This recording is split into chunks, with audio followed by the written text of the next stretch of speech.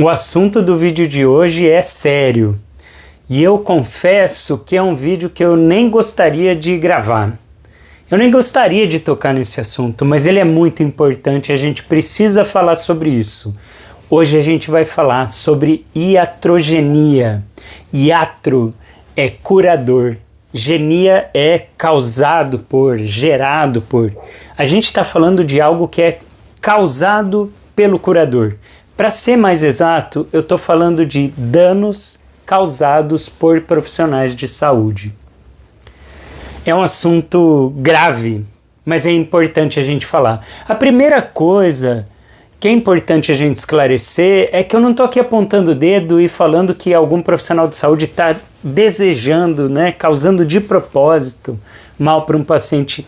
Eu quero crer que a imensa maioria dos profissionais de saúde estão buscando promover melhoras na qualidade de vida dos seus pacientes. Acontece que nem sempre a gente é efetivo. Eu posso falar por mim. Nem sempre eu acerto, nem sempre eu sou efetivo em gerar uma grande melhora na qualidade de vida dos meus pacientes. E eu digo mais, às vezes a gente acaba prejudicando um paciente ou outro. Infelizmente, nós erramos. Profissionais de saúde, em geral, erram. É difícil olhar para isso, mas é real. E aí pensa assim, mas se o objetivo do profissional de saúde é gerar melhora na qualidade de vida, como é que erra? Por que erra? A primeira coisa para a gente discutir aqui é que nós, como seres humanos, não somos tão bons para avaliar risco.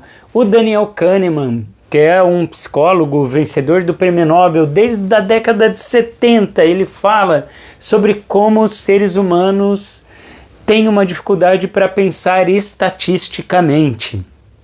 A nossa avaliação estatística não é das melhores. E aí é que a gente às vezes erra a respeito do que a gente acredita que pode gerar um benefício para o nosso paciente. E às vezes a gente não percebe o que pode gerar um malefício. Eu vou dar um exemplo de algo que eu estudo bastante, que é a comunicação. A forma com que a gente se comunica com os nossos pacientes pode prejudicar a qualidade de vida deles. Eu vou dar 2 exemplos sobre isso. O primeiro exemplo é quando um profissional de saúde bem intencionado pega uma ressonância de um paciente e fala: nossa, sua coluna é uma coluna de uma pessoa de 80 anos. Vamos supor que essa pessoa tem 30 anos.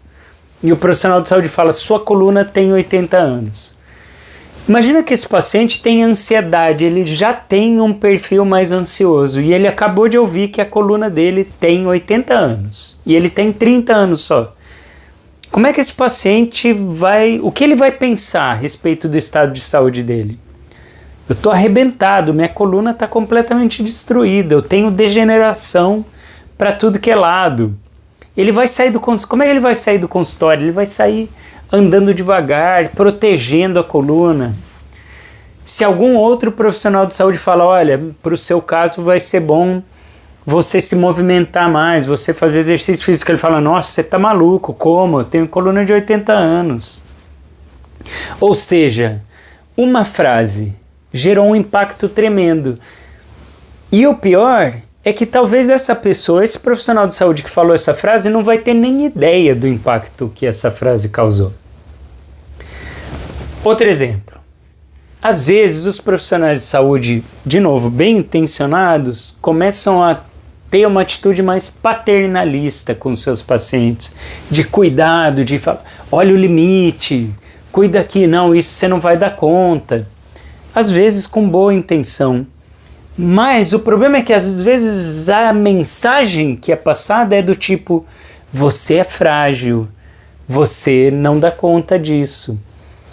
E essas intervenções mais paternalistas vão diminuindo a autoeficácia do paciente. Autoeficácia é o quanto a gente acredita que a gente dá conta de lidar com os desafios que a gente vê pela frente.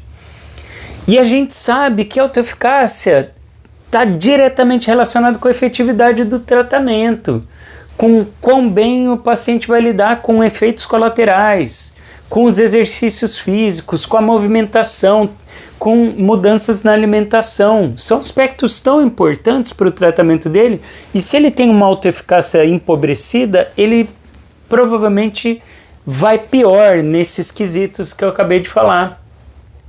De novo, às vezes o profissional de saúde não vai ter nem ideia de que a atitude dele diante do paciente vai impactar tanto na autoeficácia e, por sua vez, no andamento do tratamento.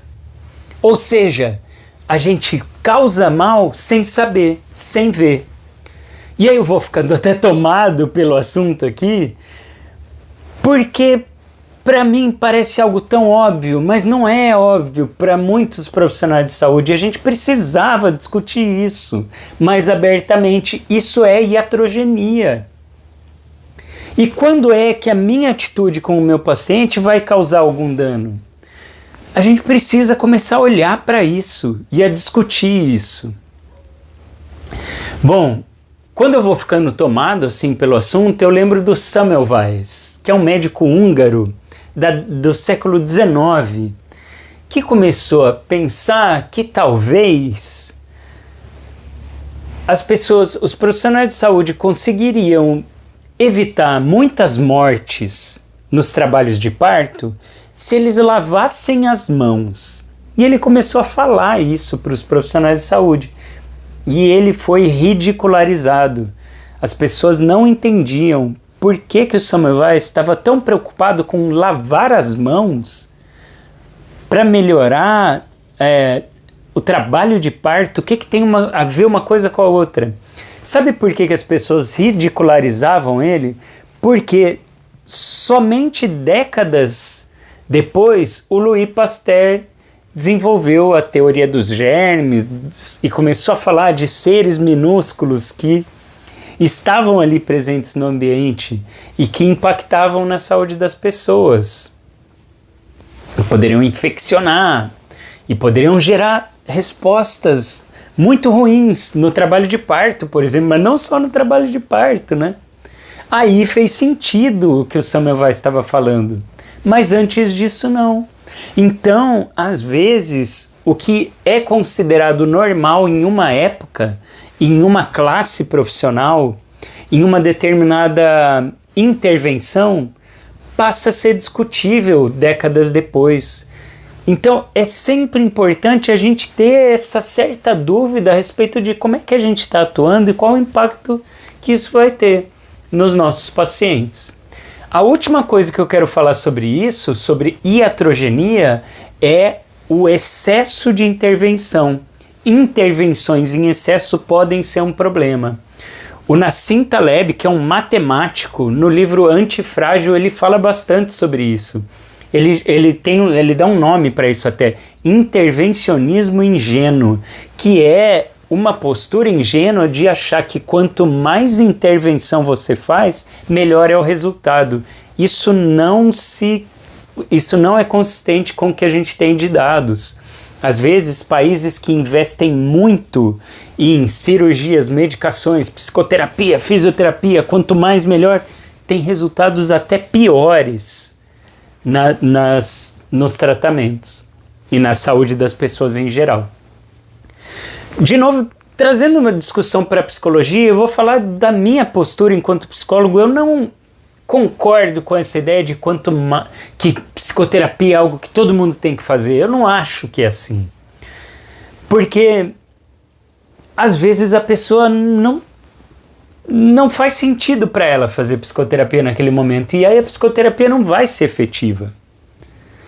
Não é por ser obrigada a fazer psicoterapia que a psicoterapia vai ser efetiva. Na verdade, a psicoterapia é efetiva quando a pessoa está vivendo um momento difícil, está com dificuldade de lidar e fala, acho que eu preciso de ajuda. Aí é o momento em que a terapia vai poder ajudar bastante.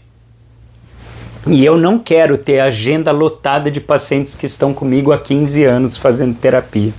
Não é o tipo de profissional que eu busco ser, né? Então a ideia é que a gente use a terapia para quando ela é mais efetiva e quando vai ajudar mais os nossos pacientes.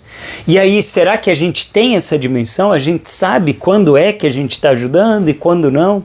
Essa é uma boa pergunta para a gente se fazer como profissionais de saúde. Sempre a gente tem em mente o quanto eu estou colaborando, quanto eu estou fazendo alguma diferença aqui. Não é fácil de responder essa pergunta. Para finalizar a nossa discussão, eu trouxe, aqui tem uma cola, porque eu não decorei esses números.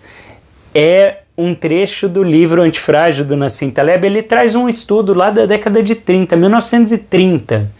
É um estudo clássico em que ele pegou 389 crianças, esse estudo, e aí essas 389 crianças foram avaliadas por médicos porque elas estavam com dor de garganta.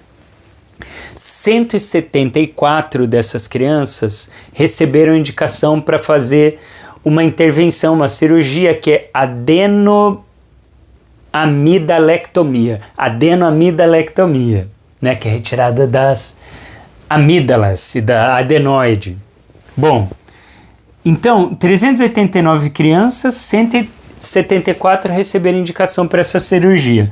Sobraram 215. Essas 215 passaram com outros médicos. Esses outros médicos indicaram a mesma cirurgia, adenoamidalectomia, para 99 pessoas. 99 crianças. Sobraram 116 crianças que passaram por um terceiro grupo de médicos, e esse terceiro grupo indicou a mesma cirurgia para 52 crianças. Ou seja, depois de 3 grupos de médicos, essas 389 crianças, dessas 389 crianças, 86% receberam indicação para cirurgia.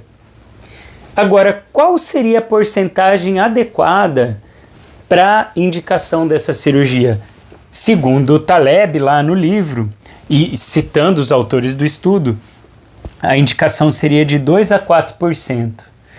86% receberam indicação. O adequado seria 2 a 4%. Esse é um exemplo dramático de excesso de intervenção. Cirurgias têm repercussão no corpo das crianças, na continuidade da vida, é uma hospitalização, isso gera um impacto, pode gerar um trauma, gera impacto no corpo, gera impacto no psicológico, gera impacto na família, gera impacto nos custos. Olha quanto impacto tem para uma cirurgia que deveria ser indicada para 2 a 4%, foi indicada para 86%. Excesso de intervenção e iatrogenia. A gente nem consegue medir o impacto de uma cirurgia mal indicada. Meus amigos, esse vídeo foi para a gente discutir o quanto profissionais de saúde têm potencial para gerar danos e como a gente pode fazer para reduzir esses danos. Eu penso a todo momento isso na minha prática, espero que vocês, profissionais de saúde, estejam pensando sobre isso também na prática de vocês. A gente volta num próximo vídeo discutindo aspectos psicológicos, saúde, enfrentamento, iatrogenia, expectativas e tudo mais que se referir a essa relação entre aspectos psicológicos e saúde. Um abraço.